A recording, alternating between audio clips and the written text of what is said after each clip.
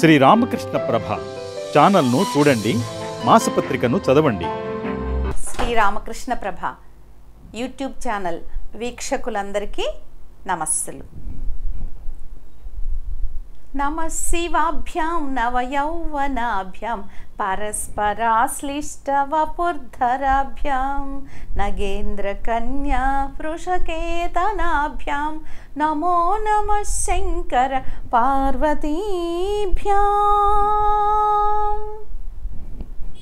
పరమ పవిత్రమైన ఆ మహాశివుడికి ప్రీతికరమైన ఈ మాఘమాసంలో శివభక్తితో ఎందరో ప్రజలలో ఆనాటి సమాజంలో ఒక గొప్ప భక్తి తాదాత్మ్యాన్ని తీసుకొని వచ్చినటువంటి మహనీయమైన మూర్తులు నాయనార్లు. వాళ్ళలో ఒకరి కథని మనం చెప్పుకోబోతున్నాం. ఎందుకంటే చాలా అద్భుతం అనిపిస్తుంది. భారతీయ సంస్కృతి ఏ విధంగా బయట దాడుల వలన అనేక విపత్కర పరిస్థితుల్ని ఎదుర్కొన్నప్పుడు అంతా కూడా ఈ భక్తి ఉద్యమాలు, ఈ ఈ మహాత్ముల జీవితాలు ఎంతగా వజ్ర కవచంలాగా మన సంస్కృతిని, సనాతన ధర్మాన్ని కాపాడాయో తలుచుకుంటే ఆశ్చర్యం వేస్తుంది, ఆనందం వేస్తుంది, గర్వం వస్తుందండి. అంత అద్భుతమైనటువంటి పుణ్యమూర్తులు, పావన జీవితం గడిపినటువంటి మహాభక్తులు పరమశివుణ్ణి మెప్పించి ఎంతో ప్రీతితో ఇక్కడికి భూమి మీదకి రప్పించినటువంటి దివ్యాది దివ్యమైనటువంటి భక్తుల చరిత్రలు మనకి లభిస్తున్నాయి. ఈ 63 మంది భక్తుల యొక్క చరిత్రల్ని పెరియ పురాణంగా చెప్తారు. నేను ఎప్పుడో ఏ కాలంలోనో తిరువణ్ణామలై వాళ్ళ ప్రచురణల ద్వారా కూడా ఆ పుస్తకం నేను చదివాను. కాకపోతే ఇటీవలి కాలంలో ఒక మహనీయుడు, ఆయన ఎంత ఆధునికమైన జీవన శైలిలో జీవిస్తూ కూడా ఎంత గొప్పగా సనాతన ధర్మాల్లోని విలువైన విషయాలన్నింటినీ కూడా తన పరిశీలనతో, భక్తి తత్పరతతో వెలికి తీసుకువచ్చి ప్రచారం చేస్తున్నారు దేశం కాని దేశంలో. ఇండోనేషియాలో ఒక గొప్ప వ్యాపారవేత్త అయినటువంటి మహనీయులు, ఒక గొప్ప సనాతన ధర్మం అంటే ప్రాణమిచ్చేటువంటి వ్యక్తి శ్రీ హరినాథ రెడ్డి గారు యూట్యూబ్లో, ఆయన పేరే రామాయణం హరినాథ రెడ్డి. రామాయణంలో ప్రతి శ్లోకానికి అంత అద్భుతమైన వ్యాఖ్యానాన్ని ఇస్తూ ఎన్నో కార్యక్రమాలు చేస్తున్నటువంటి వారు కొన్ని పుస్తకాలు రాశారండి. తిరుపతిలోని తెలుగు భాషోద్యమ సమితి అధ్యక్షురాలిగా వారి ఒకానొక పుస్తకాన్ని మేము ఆవిష్కరించే భాగ్యం మాకు కలిగింది. ఆ పుస్తకంలో ఎంత దివ్యమైన సంఘటనలు, నిజమైనటువంటి జరిగిన విషయాలను మనకి కళ్ళ ముందుకి తీసుకొని వస్తారు. చాలా వరకు కంచి పరమాచార్య జీవితంలో ముడిపడినటువంటి అద్భుతమైనటువంటి ఘట్టాలని మనకి తీసుకువస్తారు, తెలియజేస్తారు ఆ కథల ద్వారా. ఆ పుస్తకంలో 2-3 ఇటువంటి మన నాయనార్ల చరిత్రలు ఉన్నాయి. ఆ పుస్తకం కూడా ఎంత అద్భుతంగా ఉంటుందంటే, ఆ పుస్తకం యొక్క రచన శైలి కావచ్చు, దానికి పెట్టిన పేరు కూడా ఏ పూర్వపుణ్యమో ఏ దాన బలమో, మనం చేసిన సత్కార్యాలు, దానాలు మనకు ఆపద కాలంలో ఒక రక్షా కవచంగా మనల్ని ఏ విధంగా కాపాడతాయో అన్నటువంటి నేపథ్యంతో రాసినటువంటి కథలు, నిజ వృత్తాంతాలు అవన్నీ కూడా. ఇందులోంచి మనం చెప్పుకుందాం ఒక వృత్తాంతాన్ని, కథని. 7-8 శతాబ్దాల కాలం అది మన దక్షిణ భారతదేశంలో పల్లవులు రాజ్య పరిపాలన చేస్తున్నారు. తమిళనాడు, ఈ ప్రాంతం అంతా కూడా పల్లవులు ఒక సువ్యవస్థతకి, ధార్మిక రక్షణకి, ముఖ్యంగా ఆలయ నిర్మాణానికి, ఆలయ పరిరక్షణకు చేసినటువంటి సేవ అద్వితీయమైనదండి. ఈ పల్లవుల కాలంలో నిర్మించినటువంటి ఆలయాలు, ఆ శిల్పకళ దేదీప్యమానంగా విరాజిల్లింది భారతీయ సంస్కృతిలో.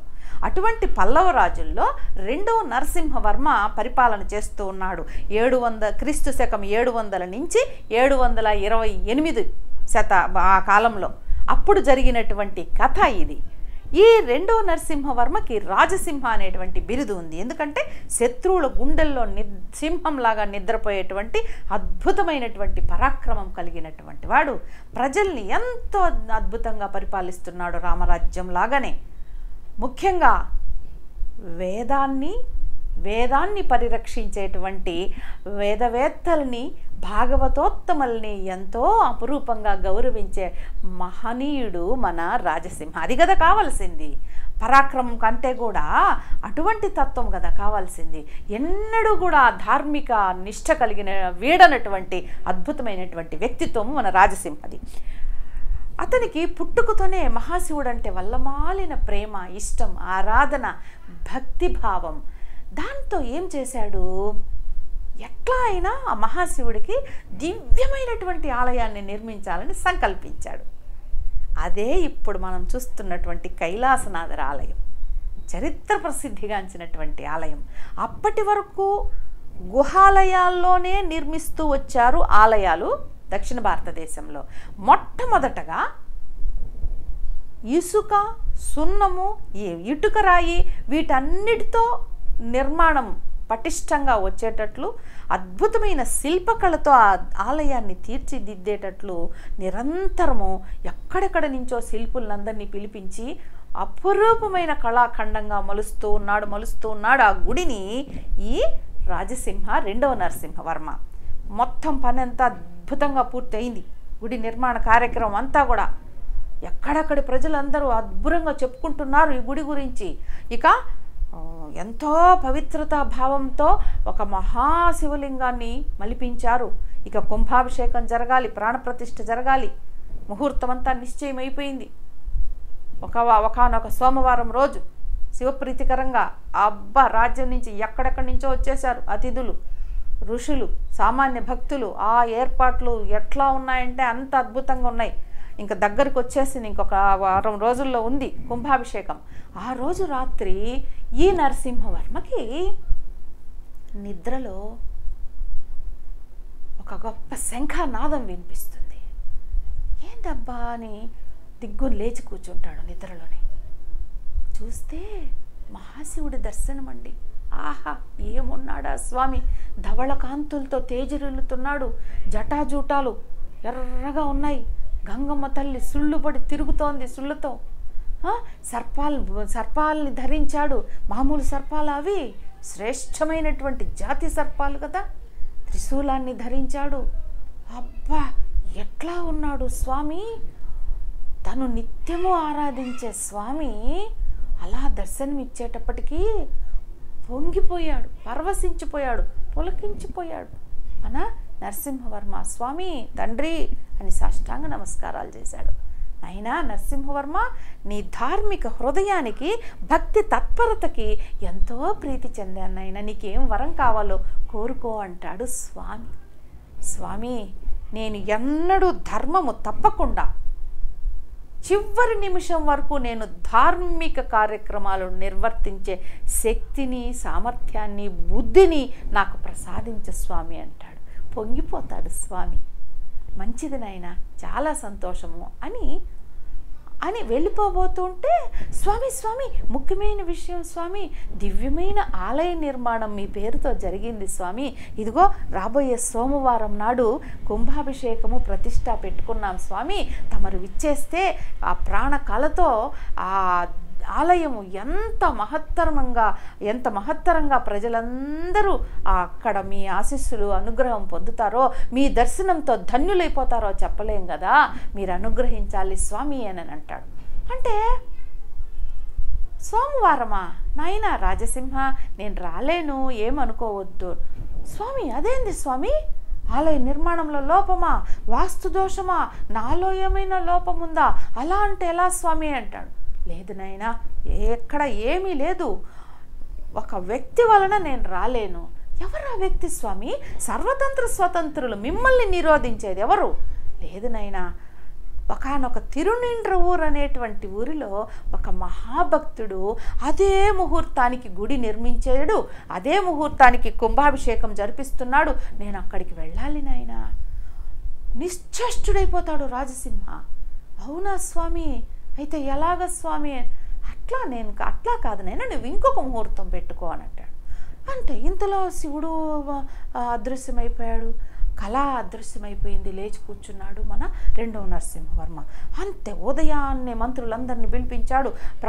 తన దేశంలో ఉండే వేగులందరినీ సమావేశపరిచాడు. ఎవరైనా విన్నారా, చూసారా? ఒకానొక ఊరు, తిరునిండ్ర ఊరంట. ఆ ఊరు మహాశివుడు చెప్పాడు, అక్కడ నిర్మాణం జరుగుతోంది, ఆ గుడి ఎవరికైనా తెలుసా అని వేగులందరినీ ప్రశ్నిస్తున్నాడు. అందరూ మౌనంగా ఉన్నారు. ఎక్కడో మారుమూల ఊరది. ఒకతను లేశాడు, స్వామి మహాప్రభో, నాకు ఆ ఊరు తెలుసు, చాలా మారుమూల పల్లెటూరు అది.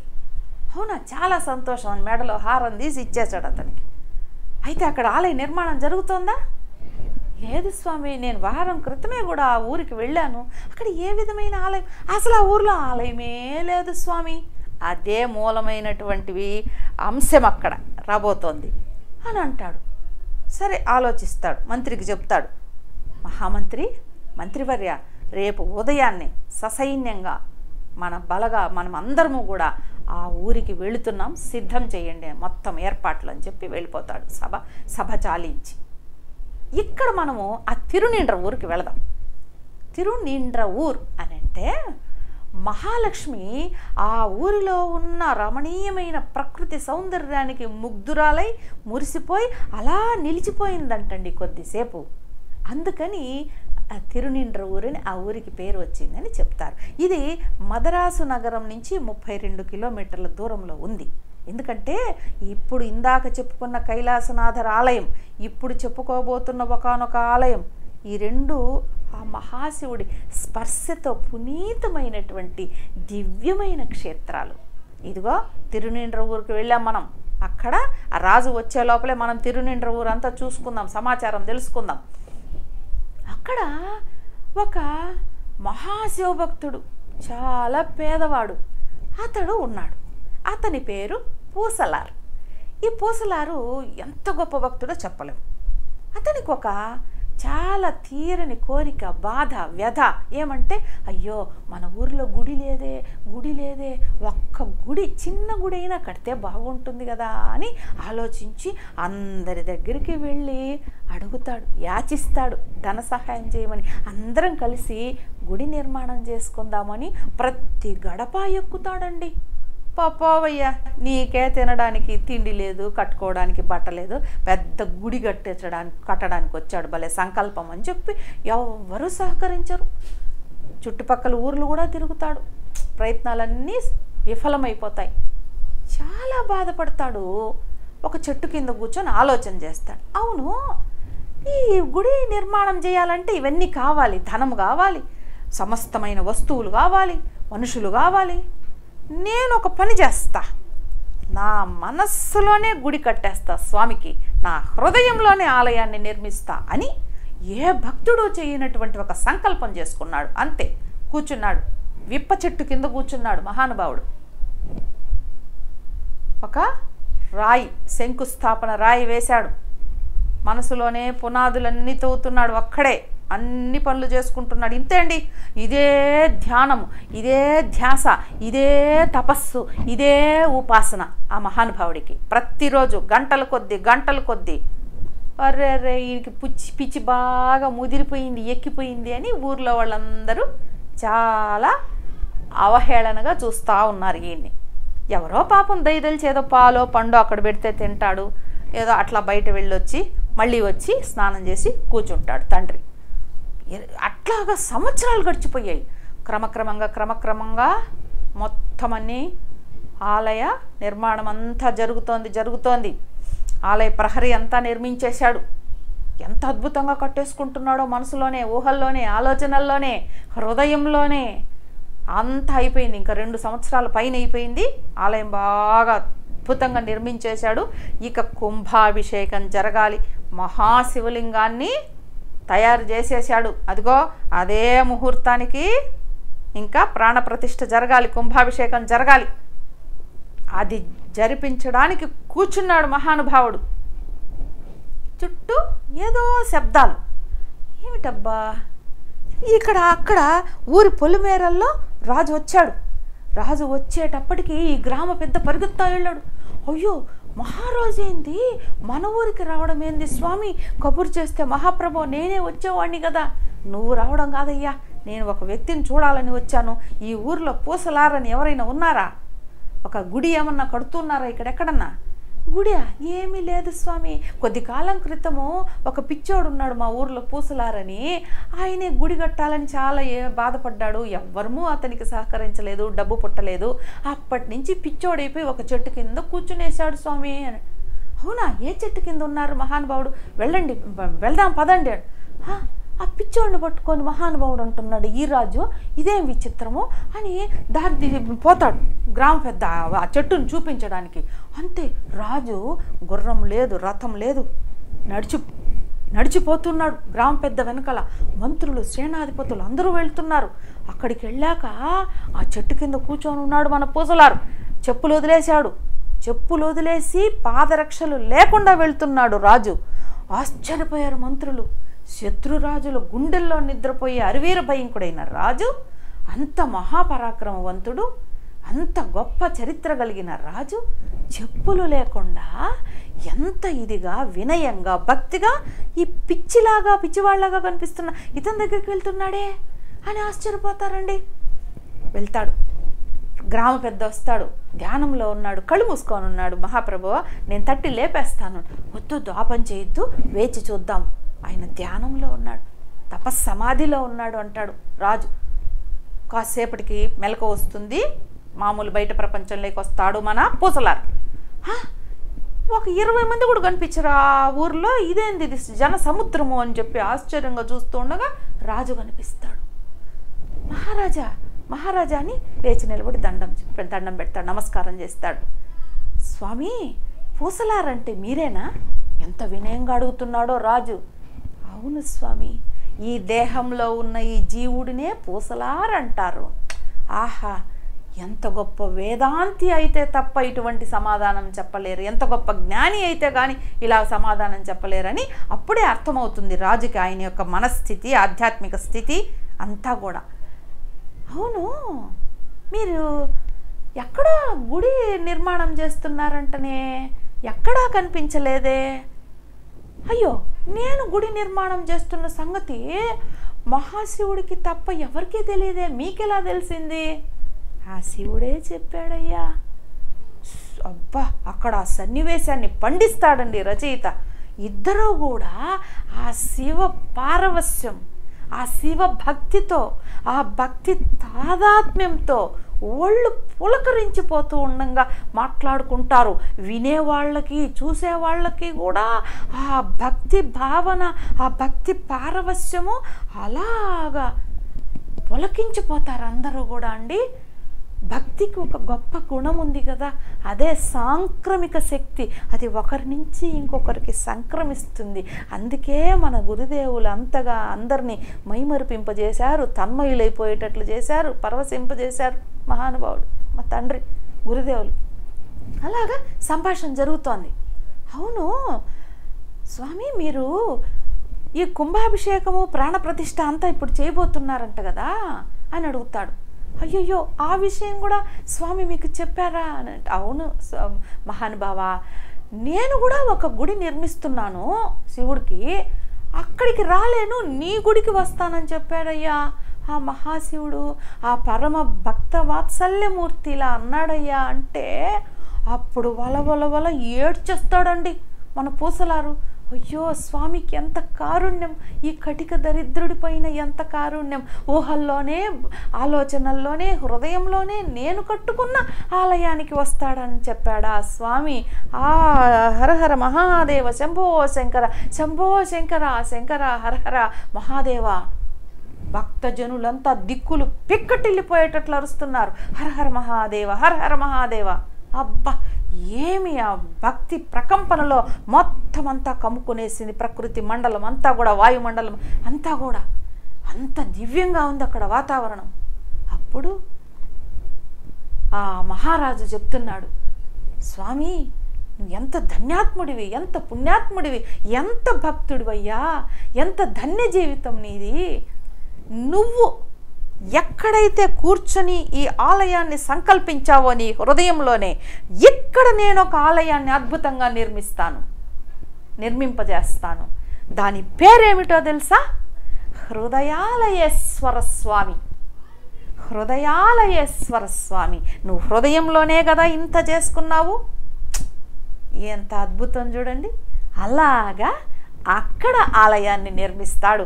చారిత్రాత్మకమైన, దివ్యమైన, అద్భుతమైన, కని విని ఎరుగునటువంటి ఒక నేపథ్యాన్ని కలిగినటువంటి ఆ గుడికి కారణము రావడానికి ఇదిగో మహాభక్తుడు పూసలార్ నిర్మించినటువంటి మహాధార్మికుడు, మహాభక్తుడు ఆ మహారాజు నరసింహవర్మ. ఈ ఆశ్చర్యకరమైన విషయం ఏమిటంటే, ఈ హృదయాలయేశ్వర స్వామి ఆలయానికి ఎంత అద్భుతమైనటువంటి మహత్యం ఉందంటే, ఈ ఆలయం పైకప్పు అంతా కూడా హృదయపు ఆకారంలో ఉంటుందని ఇక్కడ రాస్తారండి. చూడాలి.